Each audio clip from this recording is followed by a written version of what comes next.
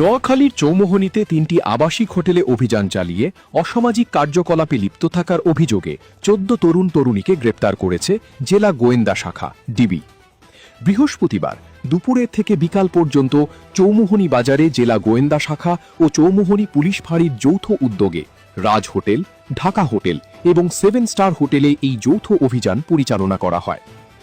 জেলা পুলিশ সূত্রে জানা গেছে, গোপন সংবাদের ভিত্তিতে জেলা গোয়েন্দা শাখা পুলিশের সহায়তায় চৌমোহনী বাজারের এই 3টি হোটেলে অভিযান চালায় পুলিশ।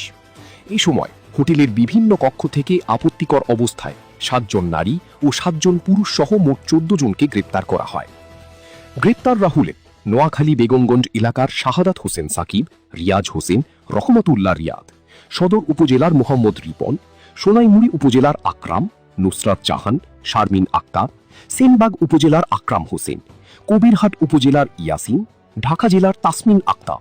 নরসিংদী জেলার শাহনাজ বেগম, খাগড়াছড়ি জেলার হাফেজা বেগম, লক্ষ্মীপুর জেলার বিউটি আক্তার ও ফেনী জেলার ময়না